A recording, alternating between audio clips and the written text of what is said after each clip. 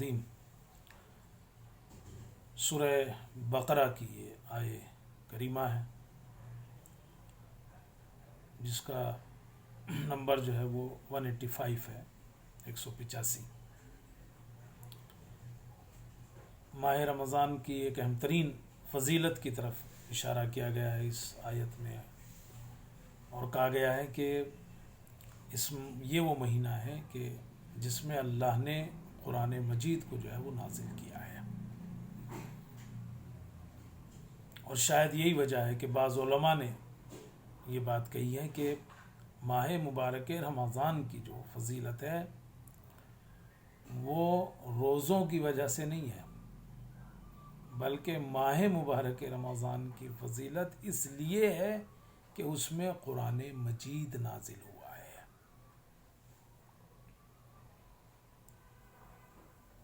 لیکن ایک عجیب سی بات بھی ہے جسے افسوسناک بھی کہا جا سکتا ہے، وہ یہ کہ خود اسی قرآن میں رسول اکرم جو ہے وہ اللہ سے ایک شکایت کرتے ہیں،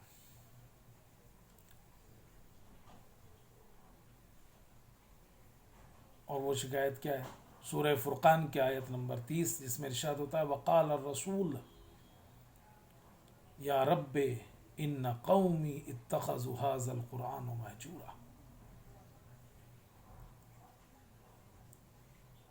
کہ یا رب، اے میرے پروردگار، میری اس قوم نے اس قرآن کو چھوڑ دیا ہے، دوری اختیار کر لی ہے، دور ہو گئے ہیں اس سے۔ اگرچہ اس میں مفسرین میں بحث ہے کہ یہ کون سی قوم ہے، خود رسول کے زمانے والی قوم یا رسول کے بعد میں آنے والی قوم۔ میں تو اس بحث میں نہیں پڑھنا چاہتا، صرف یہ کہنا چاہتا ہوں کہ ہم خود دیکھیں کہ ہم اس کے مصداق ہیں کہ نہیں۔ یہ جو قرآن سے دوری، ہم خود اپنے اندر جھانکیں، ہم خود دیکھیں کہ ہم قرآن سے کتنا متوسل ہیں، کتنا اس سے متصل ہیں۔ یقیناً تو ہمیں خود اندازہ ہو جائے گا کہ یہ قوم سے مراد کون سی قوم ہے۔ اور اسی لیے علماء نے وہ روایتیں جو قرآن مجید سے متعلق ہیں ان کو اکٹھا کیا اور جوڑا، تاکہ رسول اکرم کی یہ جو شکایت ہے بارگاہ خداوندی میں، اس میں کچھ کمی لائی جا سکے۔ قرآن سے توسل کر کے، قرآن سے متمسک ہو کر، قرآن سے رابطہ رکھ کے وہ مہجور والی بات نہ آئے۔ جو قرآن سے ہماری دوری ہوئی نا، وہ شکایت جو رسول اکرم نے کی ہے، اس میں جو ہے وہ کمی ہو جائے۔ ہمارے پاس چونکہ زیادہ وقت تو ہوتا نہیں، اور اس وجہ سے ہمیں ایک مختصر سی جو ہے وہ بات کرنی ہوتی ہے، تو ہم ان روایات کو جوڑتے ہیں، آئیے، کہ جن میں قرآن سے مانوس ہونے کا طریقہ، راستہ، اور کیسے اس دوری کو کم کیا جا سکتا ہے، کیسے ہم اس دوری کو کم کریں جو ہمارے اور قرآن کے درمیان میں ہو رہی ہے۔ اب اس کو جب ہم روایتوں کو جوڑتے ہیں تو درجات ہو سکتے ہیں، پہلا قدم، دوسرا قدم، تیسرا قدم، یوں کہہ لیجئے، یا تو یہی کہ آدمی کم سے کم یہ وہ کام ہے جو کرے تو ان کے ذریعے سے وہ قرآن سے مانوس ہوگا، قرآن سے جو دوری ہے وہ کم ہوگی۔ پہلی چیز اس میں کیا ہے جو روایتوں میں ملتی ہے؟ پہلی چیز جو ہے وہ قرآن کا گھر میں رکھنا۔ خود بھی بہت اہم چیز ہے قرآن کا گھر میں رکھنا۔ اس کا کیا فائدہ ہے؟ کچھ روایتوں میں بیان ہوئے ہیں، کچھ علماء نے ویسے جو ہے وہ بیان کیا ہے۔ قرآن مجید کا گھر میں رکھنا ایک برکت کا سبب ہے۔ شاید اسی لیے روایتیں آئی بھی ہوں کہ قرآن مجید کو گھر میں رکھو، اس لیے کہ آپ دیکھتے ہیں بہت سے لوگ بہت سی چیزوں کو برکت کے لیے گھر میں رکھتے ہیں۔ کچھ تو بڑی خرافات ہیں جو عرب میں بھی تھی اس وقت،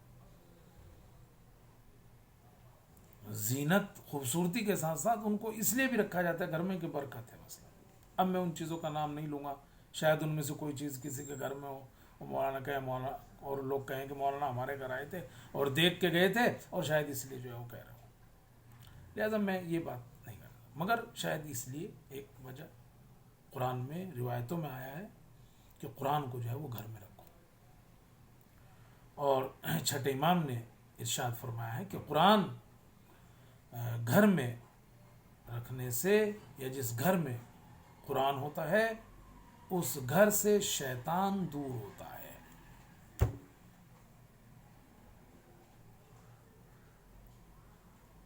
اس کی اور بھی وجہ بتائی گئی ہیں، مثلا یہ کہ قرآن گھر میں رکھو، کہ شاید ان روایتوں کے پیچھے ایک وجہ یہ ہو کہ قرآن ضائع نہ ہو، کوئی ایسا وقت ہو جائے، کوئی ایسی بات آ جائے تو قرآن جو ہے وہ ہر گھر میں موجود ہو، وہ برباد نہ ہو، وہ ضائع نہ ہو، ایسا نہ ہو کہ ہمارے درمیان سے قرآن چلا جائے۔ اگرچہ الحمدللہ آج تو مومنین اور شیعوں کے دل میں قرآن جو ہے وہ بستا ہے، حافظے کی صورت میں، اس کی تفسیر کی صورت میں۔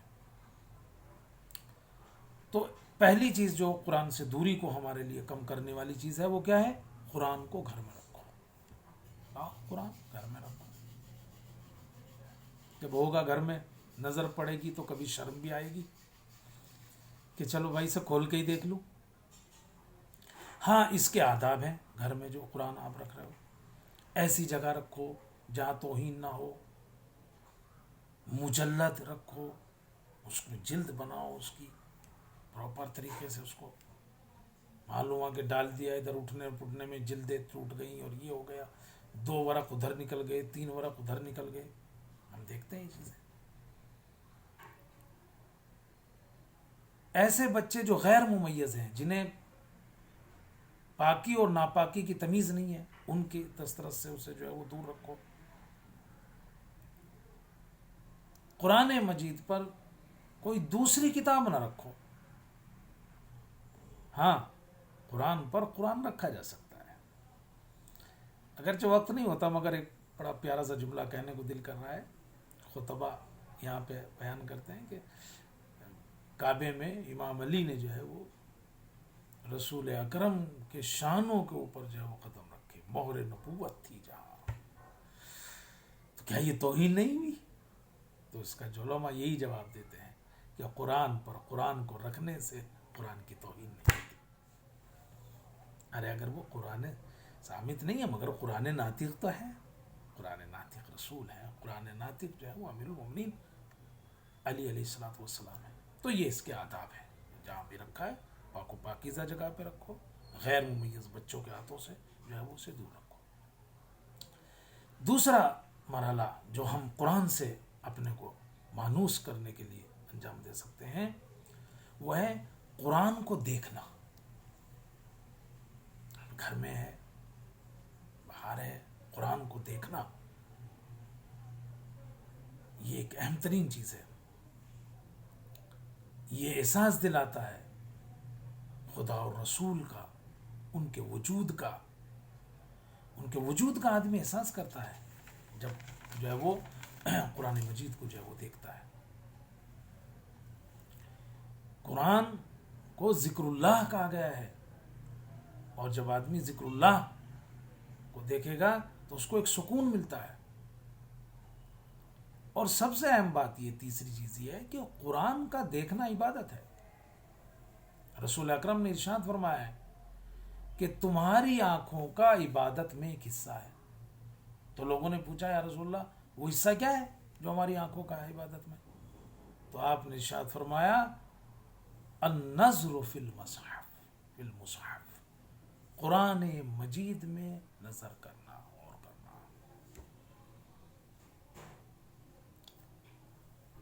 اور یہ کوئی ایسی انوکھی چیز نہیں ہے کہ آدمی تعجب کرے کہ صرف قرآن مجید کو دیکھنا بھی جو ہے وہ عبادت ہو سکتا ہے کیا؟ بہت سی چیزیں ہیں جن کا دیکھنا جو ہے وہ عبادت ہے۔ روایتوں میں خانہ کعبہ، اس کا دیکھنا عبادت ہے، والدین کے چہرے پر نظر کرنا عبادت ہے، امام علی کے چہرے پر نظر کرنا عبادت ہے، علی کا چہرہ دیکھنا عبادت ہے۔ اور جناب ابو ذر کو لوگوں نے دیکھا کہ امیر المومنین کی طرف ٹک ٹک کی باندھے ہوئے دیکھے جا رہے ہیں بڑے غور سے، تو کہا کہ ابو ذر یہ آپ کیا کر رہے ہو؟ کہا میں نے رسول سے سنا ہے کہ علی کے چہرے کو دیکھنا عبادت ہے۔ تو دوسرا مرحلہ جو ہے وہ قرآن کا دیکھنا، قرآن کو صرف آدمی دیکھے بھی تو وہ دوری کم ہوگی، رسول اکرم کی جو شکایت ہے اس میں کمی آئے گی، قرآن کا دیکھنا۔ تیسرا مرحلہ جو ہے وہ قرآن کا سننا، قرآن کا سننا۔ رسول اکرم نے ارشاد فرمایا من استمع الی آیۃ من کتاب اللہ، اگر کوئی اللہ کی کتاب کی ایک آیت کو سنتا ہے صرف، لہو حسنہ، اس کے لیے ایک نیکی لکھی جائے گی، اگر آیت کو صرف سنتا ہے۔ دوسری حدیث میں ایک جگہ ہے کہ جو من استمع حرفا من کتاب اللہ من غیر قراءتہ، یعنی پڑھتا نہیں ہے، صرف اس کا ایک حرف بھی جو ہے وہ اگر سنتا ہے، کتب اللہ لہ حسنہ، نیکی لکھی جاتی ہے، محا عنہ السیئہ، اس کا گناہ مٹا دیا جاتا ہے، رفع اللہ درجہ، رفع له الدرجہ، اس کے درجات میں جو ہے وہ اضافہ کر دیا جاتا ہے، اس کا درجہ بڑھا دیا جاتا ہے۔ تو رسول اکرم نے قرآن کی ایک دوسری جگہ رسول اکرم نے ارشاد فرمایا قرآن کریم کی ایک آیت سننا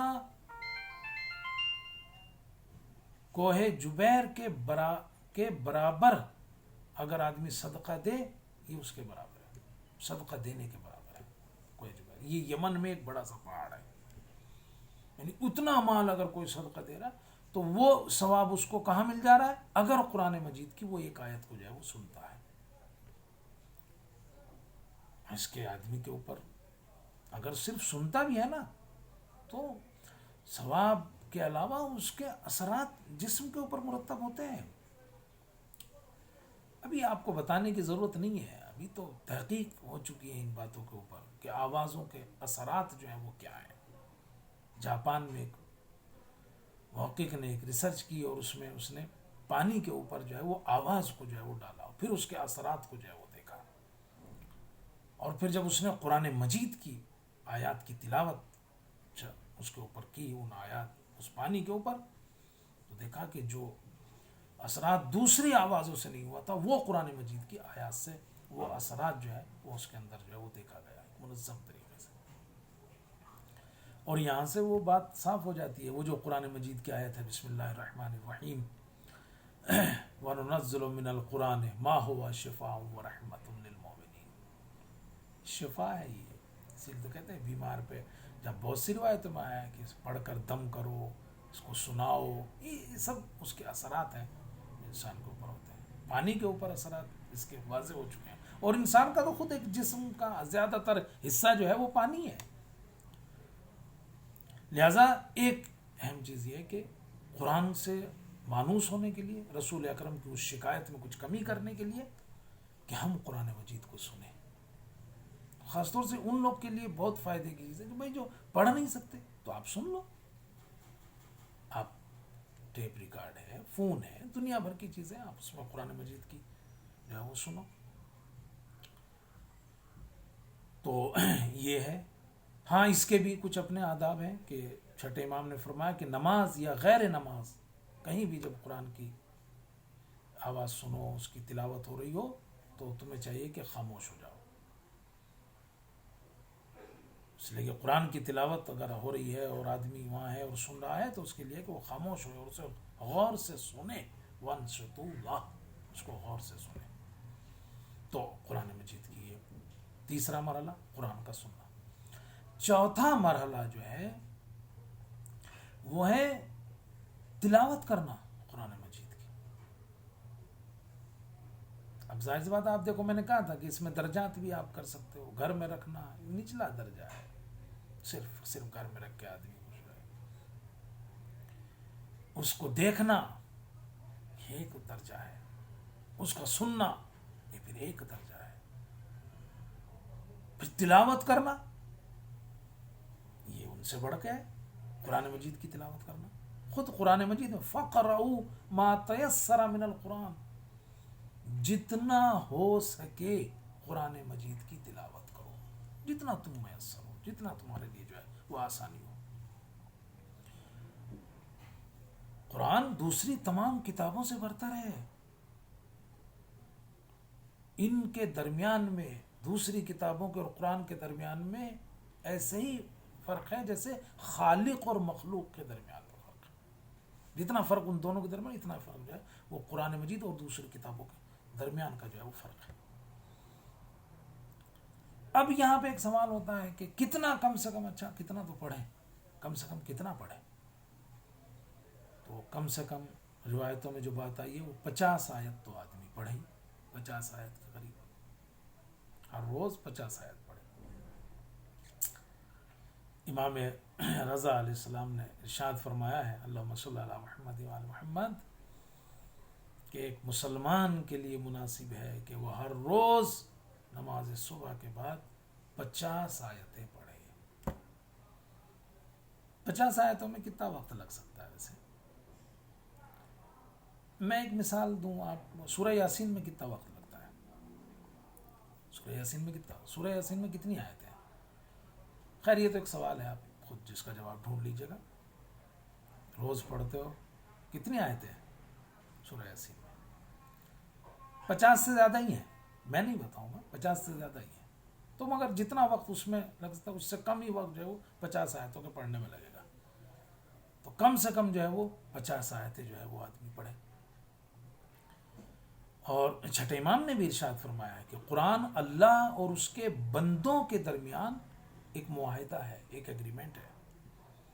انسان کے لیے مناسب ہے کہ وہ ہر دن اپنے اس عہد کو دیکھے, وَأَن يَقْرَأَ فِي كُلِّ يَوْمٍ 50 آیا, اور اپنے اس عہد نامے میں سے, اپنے اس عہد میں سے ہر روز 50 آیتیں پڑھیں. تو کم سے کم 50 آیتیں پڑھنے کی بات آئی ہے. رسول اکرم نے فرمایا کہ جس گھر میں قرآن مجید کی زیادہ تلاوت ہوتی ہے نور اس جگہ کو گھیر لیتا ہے, ظلمت اور تاریکی وہ وہاں سے بھگا دیتا ہے, دور ہو جاتی ہے. اس گھر میں خیر زیادہ ہوتا ہے, گھر والوں کے لیے اس میں وسعت ہوتی چلی جاتی ہے, یعنی چیزوں میں برکت ہونا شروع ہو جاتی ہے. اسی لیے جب علماء کی ہم زندگی کو دیکھتے ہیں تو شیخ مفید علیہ الرحمہ کے لیے ملتا ہے کہ راتوں کو بہت کم سوتے تھے, زیادہ وقت مطالعہ اور قرآن مجید کی تلاوت میں گزارتے تھے. محدث قمی نے لکھا ہے کہ امیر داماد کے بارے میں کہ وہ قرآن کی بہت زیادہ تلاوت کرتے تھے, ہر رات 15 جز قرآن مجید کی جو ہے تلاوت کرتے تھے, 15 پارے, ہر روز 15 پارے. ایک پارے میں کتنا ٹائم لگتا ہے؟ میں اگر 15 سے 20 منٹ لیتا ہوں ایک پارے میں, تو ہر رات 15 جز قرآن جو ہے وہ پڑھتے تھے میر داماد علیہ الرحمہ. شیخ انصاری کے لیے ملتا ہے کہ وہ بالغ ہونے کے بعد کچھ کام اپنے آخر عمر تک جو ہے وہ انجام دیتے تھے, مستقل, بالغ ہونے کے بعد سے آخر عمر تک کچھ کام مستقل انجام دیتے تھے. ان میں سے جیسے ہر روز 1 جز قرآن پڑھنا, نماز جعفر طیار پڑھنا, تیسرے زیارت جامعہ پڑھنا, چوتھے زیارت عاشورہ. یہ وہ 4 کام ہیں جو بالغ ہونے کے بعد آخر عمر تک جو ہے وہ انجام دیتے رہے. امام خمینی علیہ الرحمہ قرآن سے بہت انس رکھتے تھے, جب بھی وقت ملتا تھا قرآن پڑھتے تھے. ان کا ایک رشتہ دار کہتا ہے کہ جب وہ نجف میں تھے تو آنکھوں میں تکلیف ہوئی, پریشانی ہوئی, درد ہوا, تو انہوں نے ڈاکٹر کے پاس گئے. ڈاکٹر نے معائنہ چیک اپ کر کے کہا کہ صاحب ابھی آپ جو ہے وہ کچھ دنوں کے لیے مطالعہ اور قرآن وغیرہ پڑھنا سب کچھ بند کرتا ہوں. تو آپ نے کہا مجھے آنکھیں تو قرآن کے لیے چاہیے, اگر میں قرآن نہ پڑھ سکوں تو مجھے ان آنکھوں کا فائدہ کیا ہے؟ سمجھ رہے آپ؟ تو قرآن سے نزدیکی کے لیے, انس پیدا کرنے کے لیے چوتھا مرحلہ کیا ہے کہ قرآن کی تلاوت کرنا. اور ماہ رمضان میں امام خمینی 3 بار قرآن مکمل کرتے تھے, اور اب ماہ رمضان ہے, یہ ایک اچھا موقع ہے قرآن سے نزدیک ہونے کا, قرآن سے نزدیک ہونے کا ایک بہترین موقع ہے جو ہمارے ہاتھ آیا ہے. قرآن پڑھیں بھی، قرآن سنیں بھی، قرآن دیکھیں بھی. یہ تو بہار ہے ماہ رمضان. قرآن مجید جو ہے تلاوت قرآن کا مہینہ ہے. ایک آیت کا ثواب اس میں ایسے ہی ہے، ایک آیت اگر کوئی ماہ رمضان میں پڑھتا ہے، جیسے ماہ رمضان کے علاوہ میں پورا قرآن پڑھ لیا ہو.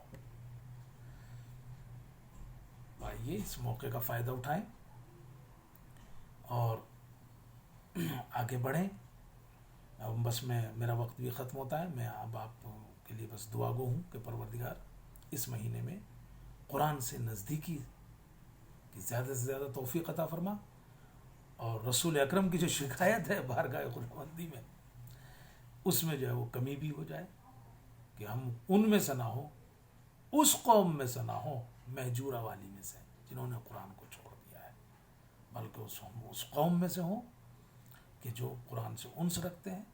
اور قرآن تو ہم شیعوں کو تو اس لیے بھی پڑھنا چاہیے کہ قرآن جو ہے وہ اہل بیت کی فضیلت کا قصیدہ پڑھتا ہے. السلام علیکم ورحمۃ اللہ وبرکاتہ.